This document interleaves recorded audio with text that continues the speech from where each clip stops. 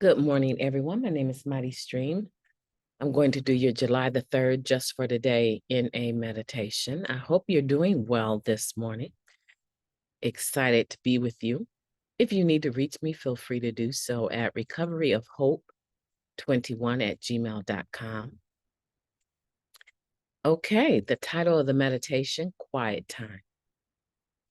Many of us have found that setting aside quiet time for ourselves is helpful in making conscious contact with our higher power.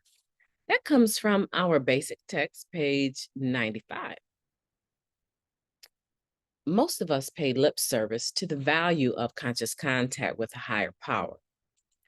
Yet, how many of us consistently take time to improve that conscious contact? If we've not already established a regular regimen of prayer and meditation, today is the day to start one. A quiet time need not be long. Many of us find that 20 to 30 minutes is enough time to quiet ourselves, focus our attention with a spiritual reading, share our thoughts and concerns in prayer, and take a few moments to listen for an answer in meditation. Our quiet time need not be lengthy to be effective, provided it is consistent.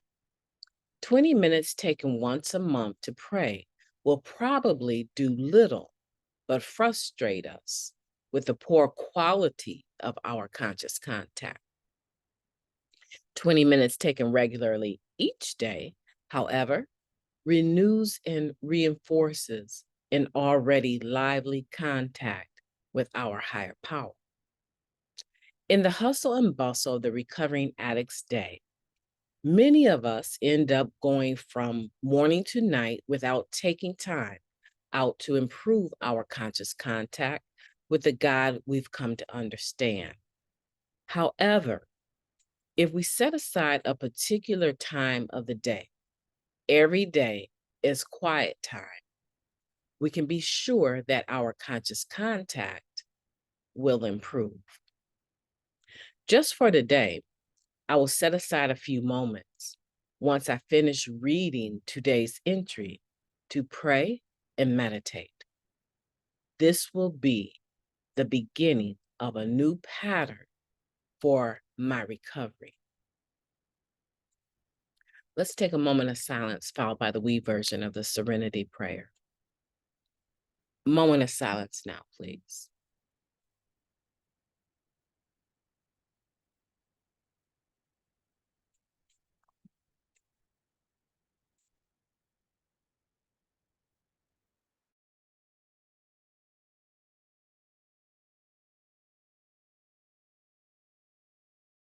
God, grant us the serenity to accept the things that we cannot change, the courage to change the things that we can, and the wisdom to know the difference. Just for today, please and thank you. Quiet time.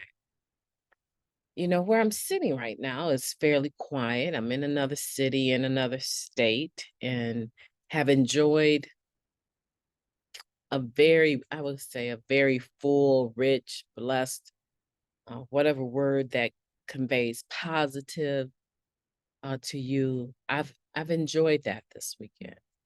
And the moment I'm having right now is just this realization how much of the time that I enjoyed is attributed to my prayer and meditation habits, right?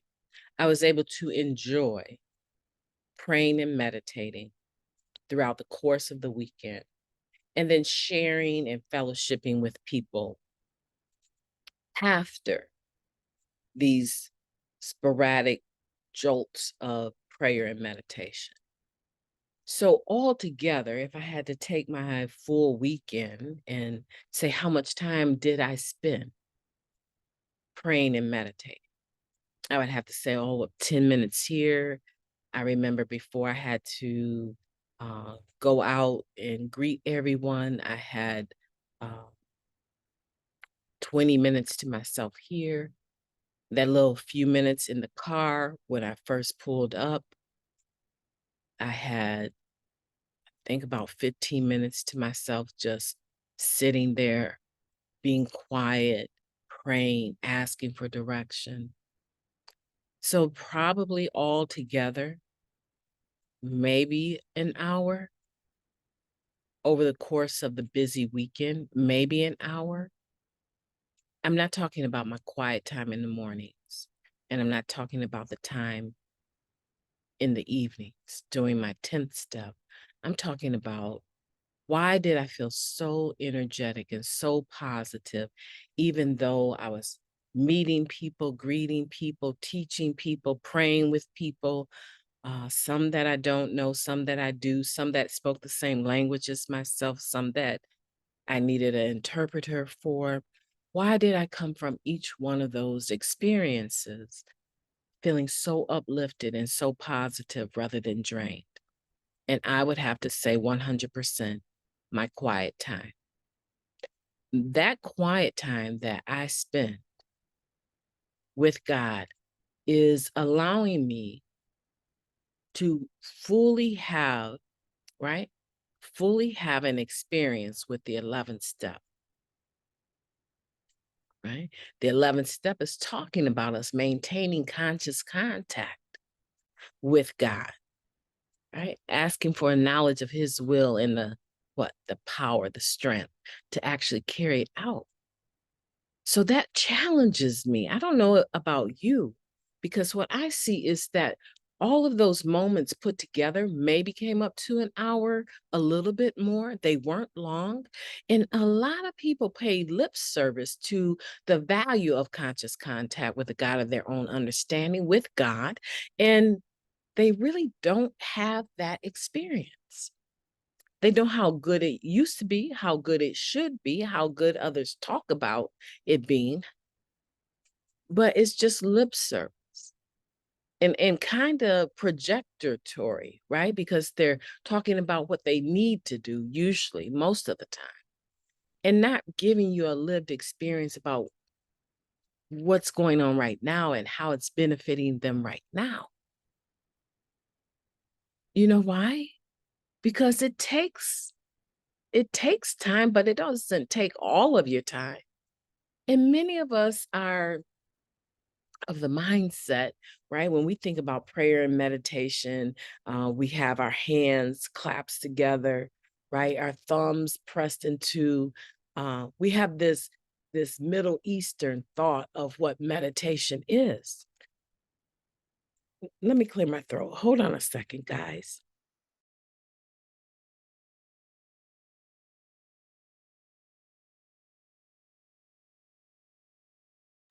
Thank you for your patience. So many of us have this Middle Eastern yoga pose that we're sitting and meditating. That may be the case for some people, but that is not the case for the majority of the people. And it's because of this ideal that we have in our head that we tell ourselves, I don't have time for that. I don't have time to do all of that, to learn the ins and outs of that type of meditation. That's not what we're talking about at all, although for many, it includes that. There's many people that they will do their meditation, their 11th step, just sitting in nature, communing with their higher power. I had one lady tell me that my God speaks to me through birds. And every time she sees a different type of bird, she starts to do the research about what type of bird that is and what is their history. How did they come to this country? And she gets a message out of learning about birds. She loves birds. Now, as much as I love looking at them, I don't, I've had a few come very close to me. Doves and ducks seem to love me, right? But it wasn't that type of experience. Oh, this is wonderful. Let me see if there's something I can learn from this experience with this bird. That is not prayer and meditation for me. But for some and for many, it is. But take me to the ocean. Take me to the ocean. I didn't say put me in the ocean, in a boat, even though I'm going on a cruise soon. No, take me to the ocean. Allow me to be on the beach and hearing the waves. That brings me peace just thinking about it. And I am very meditative when I'm there.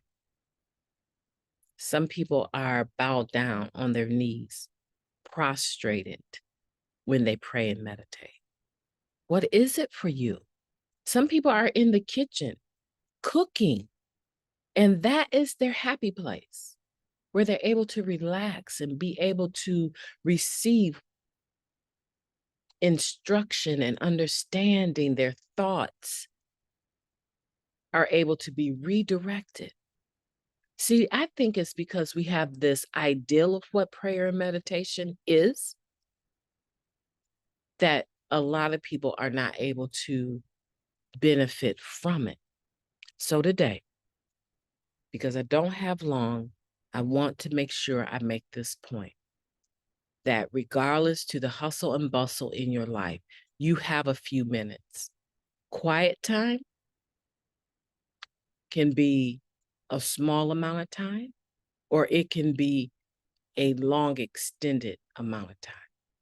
So if you're not in the habit of doing your 11th step for real, maintaining conscious contact with God, your higher power, right? Let's start today. And let's start with a small increment of time. Now, it has been proven that there are benefits from us breathing more deeply rather than in a shallow manner, holding that oxygen and allowing it to benefit by cutting the cortisol leaks in our brain. And that is inhaling for a count of 4, holding for a count of 4, and exhaling for a count of 4. I challenge you today to grab 5 minutes of practicing that. I guarantee you, even if you find that you have some racing thoughts, I guarantee you in that 5 minutes, there's going to be a calmness that you experience just by breathing properly. Family, my name is Mighty Stream. I've enjoyed talking to you. I am going to do the next meditation, the spiritual principle a day meditation. And then I have some people that I need to meet from when I lived in Kenya. I'm going to meet with them, enjoy their company, and strategize for some goals that we have set together. So stay tuned. I want for you to have a beautiful day on purpose. I know you can do it. I'm absolutely already in the middle of this beautiful day. If I can do it, you can do it. Talk to you soon.